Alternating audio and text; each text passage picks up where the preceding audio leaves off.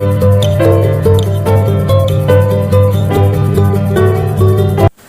Guys, कैसे हैं आप सब लोग। दिस इज सलमान गौर और आप देख रहे हैं यूट्यूब चैनल एकेडमिक क्लासेस पर। बच्चों, जैसा कि आप जानते हो कि हम क्लास 10 फिजिक्स का chapter number 12 that is electricity के बारे में पढ़ाई कर रहे थे और ऑलरेडी हम इस चैप्टर के 8 लेक्चर कवर कर चुके हैं। तो सबसे पहला काम है आपका कि अगर अब तक आपने वो 8 लेक्चर अच्छे से कवर नहीं किए तो डिस्क्रिप्शन में जाइए, लिंक उठाकर सबसे पहले उन 8 लेक्चर को अच्छे से कवर कीजिए। उसके बाद हमारे इस लेक्चर में हमारे साथ बने रहिए, ठीक है बच्चों। और सबसे खास बात हमारे लिए ये है कि ये लेक्चर, ये क्लास इस चैप्टर की आखिरी क्लास होने जा रही है। हाँ बच्चों, यही सच है कि इस लेक्चर के साथ साथ ये हमारा चैप्टर भी कंप्लीट होने जा रहा है। चलो आज हम देखते हैं कि आज हमें क्या पढ़ना है, आज हमें किस चीज के बारे में पढ़ाई करनी है। देखिए बच्चों, आज हमें पढ़ाई करनी है इलेक्ट्रिक पावर के बारे में कि इलेक्ट्रिक पावर क्या होता है। देखिए, पावर को जानते हैं पहले कि पावर होती है रेट ऑफ डूइंग वर्क, मतलब यूनिट टाइम में आप कितना वर्क कर रहे हो उसे बोलेंगे हम पावर। अब पावर को यहाँ पर इलेक्ट्रिक पावर से कैसे रिलेट करते हैं ये देखना है। देखिए, पावर का मतलब है work done divided by time. Power क्या होती है? Work divided by time. ये लिखा हुआ है बच्चों यहाँ पर कि पावर होती है work done divided by time, ठीक है। अब यहाँ पर क्योंकि हमें बेसिकली इलेक्ट्रिक पावर के बारे में बात करनी है, ठीक है, तो इलेक्ट्रिक पावर का भी फॉर्मूला यही रहेगा कि work done divided by time. लेकिन आप सोच रहे होंगे कि वर्क कहां से आएगा, समझ आ रही है ना बात। इलेक्ट्रिक पावर की जब इलेक्ट्रिकल सर्किट की बात हो रही होगी तो वर्क का क्या मतलब है, यहाँ पर क्या काम हो रहा होगा। तो बच्चों मतलब ये है कि वर्क का मतलब है कि एनर्जी, मतलब कितनी इलेक्ट्रिकल एनर्जी कंज्यूम हो रही है पर यूनिट टाइम में, यही इलेक्ट्रिक पावर कहलाएगी। समझ आई बात। तो इलेक्ट्रिक पावर क्या होगी कि rate of doing work is called power, कि यूनिट टाइम में कितना वर्क डन हो रहा है। वर्क डन का मतलब कि कितनी इलेक्ट्रिकल एनर्जी कंज्यूम हो रही है पर यूनिट टाइम में, उसे हम बोलेंगे इलेक्ट्रिक पावर, ठीक है बच्चों। अब पावर को बेसिकली P से रिप्रेजेंट करते हैं और P का फॉर्मूला होता है वर्क डिवाइडेड बाय टाइम। क्या फॉर्मूला होगा? Work divided by time. और SI यूनिट क्या होगी बच्चों? इलेक्ट्रिक पावर की SI यूनिट होगी वॉट। याद रखना है WATT, वॉट इसकी SI यूनिट होगी, ठीक है बच्चों। चलो, अब पावर का हमारे पास एक फॉर्मूला आ गया है कि पावर इक्वल टू होगा work done divided by time. क्या होगा? पावर इक्वल टू होगा work done divided by time. अब हम पावर के कुछ और फॉर्मूले कैलकुलेट करते हैं, ठीक है। कैसे? ये देखिए, आपने पोटेंशियल डिफरेंस का एक फॉर्मूला पढ़ा था। क्या है पोटेंशियल डिफरेंस का formula? Work done divided by charge था। तो यहां से अगर मैं निकालता हूं W की वैल्यू, वर्क डन यहां से आ जाएगा मेरे पास V इंटू, ठीक है बच्चों। वर्क डन आ गया यहाँ से V इंटू क्यू। इसे इक्वेशन 1 मान लेते हैं, इसे इक्वेशन 1 मान लेते हैं। चलो जी, समझ आ गया। अब हमने एक चीज और पढ़ी थी कि करंट होता है rate of flow of charge. Rate का मतलब डिवाइडेड बाय टाइम, मतलब चार्ज डिवाइडेड बाय टाइम, ये होता है इलेक्ट्रिक करंट का फॉर्मूला, ठीक है।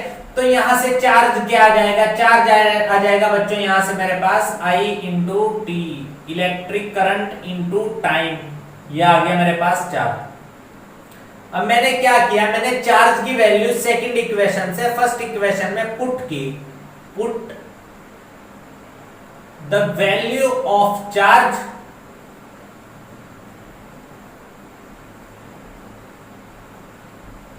From equation second in equation first.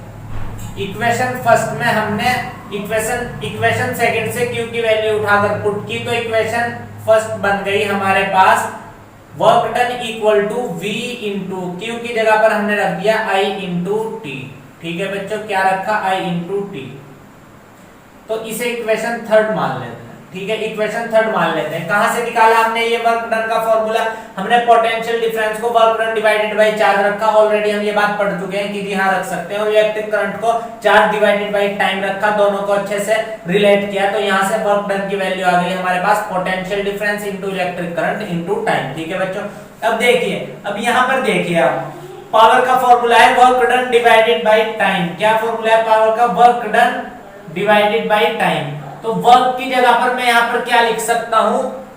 V into I into T लिख सकता हूं ना, from equation third. Equation third से जब हमने वर्क डन की जगह पर V into I into T रखा, तो मेरे पास पावर का यहां से बच्चों फॉर्मूला बन गया है VI मतलब power equal to potential difference into current. तो पावर का फॉर्मूला क्या बन गया है, पोटेंशियल डिफरेंस इनटू करंट। ठीक है बच्चों, तो पहला पावर का फॉर्मूला ये था हमारे पास कि work done divided by time, और इक्वेशन ए मान लेते हैं क्योंकि हम इक्वेशन 1 इसे ऑलरेडी मान चुके हैं। तो पहला फॉर्मूला हमारे पास बना है पावर का work done divided by time, इसे इक्वेशन ए मान लेते हैं। दूसरा हमारे पास पावर का फॉर्मूला बना है पोटेंशियल डिफरेंस इनटू करंट, इसे हम इक्वेशन बी मान लेते हैं। ठीक है बच्चों, चलो अब आगे चलते हैं। देखिए ओम्स लॉ हम पढ़ चुके हैं। ओम्स लॉ क्या है, ओम्स लॉ। ओम्स लॉ क्या है, यहां से हमें ओम्स लॉ से एक फॉर्मूला मिलता था, रिलेशन मिलता था पोटेंशियल डिफरेंस और करंट के बीच, क्या कि V equal to I R. यह हमें रिलेशन मिलता था ओम्स लॉ के अकॉर्डिंग कि V equal to I R होता है। ठीक है बच्चों, तो इसे इक्वेशन फोर्थ मान लेते हैं, थर्ड तक हम ऑलरेडी मान चुके हैं। तो अगर हम इक्वेशन फोर्थ से V की वैल्यू, पोटेंशियल डिफरेंस की वैल्यू उठाए और इक्वेशन बी में पुट कर दे, put the value from equation fourth in equation B। Equation B में हमने क्या किया, फोर्थ इक्वेशन से पोटेंशियल डिफरेंस की वैल्यू उठाकर पुट कर दी। ठीक है, तो इक्वेशन बी क्या है कि P equal to V I, V की जगह पर हमने पुट कर दिया बच्चों I R into I, already वहां पर एक आई था, तो यहां से पावर का फॉर्मूला आ गया है आई स्क्वायर आर। क्या फॉर्मूला आ गया पावर का, आई स्क्वायर आर। तो पावर का हमें तीसरा फॉर्मूला मिल गया है, इसे सी नाम दे देते हैं।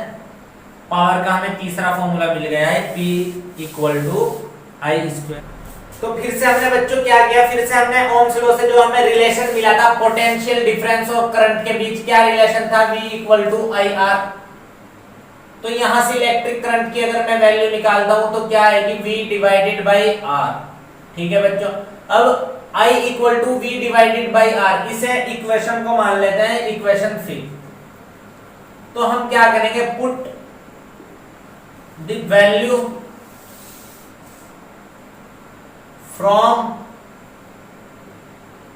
इक्वेशन फिफ्थ से हम I equal to V divided by R की वैल्यू पुट करेंगे P equal to V I में। कौन सी इक्वेशन में, इक्वेशन बी में पुट करेंगे बच्चों, इन इक्वेशन बी। तो जैसे ही हम यहां पर पुट करेंगे तो क्या हो जाएगा, देखिए P equal to V into I की जगह पर हम पुट करेंगे V divided by R.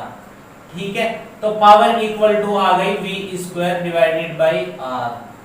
Power का एक और फॉर्मूला आ गया है हमारे पास, इसे हम इक्वेशन बी मान लेते हैं। तो देखिए बच्चों पावर के हमारे पास कितने फॉर्मूला आ चुके हैं। पहला है work done divided by time, work की टर्म में जो हमें मिला था पहला फॉर्मूला। दूसरा हमें मिला है पोटेंशियल डिफरेंस और इलेक्ट्रिक करंट की टर्म में हमें एक फॉर्मूला पावर का मिला है। तीसरा हमें मिला है इलेक्ट्रिक करंट की टर्म में, किसकी, इलेक्ट्रिक करंट की टर्म में। और हमें चौथा फॉर्मूला मिला है पावर का V square divided by R. ठीक है बच्चों, तो आई होप कि ये सब डेरिवेशन आपको बहुत अच्छे से समझ आ चुका होगा। बहुत इजी, बहुत शॉर्ट डेरिवेशंस है।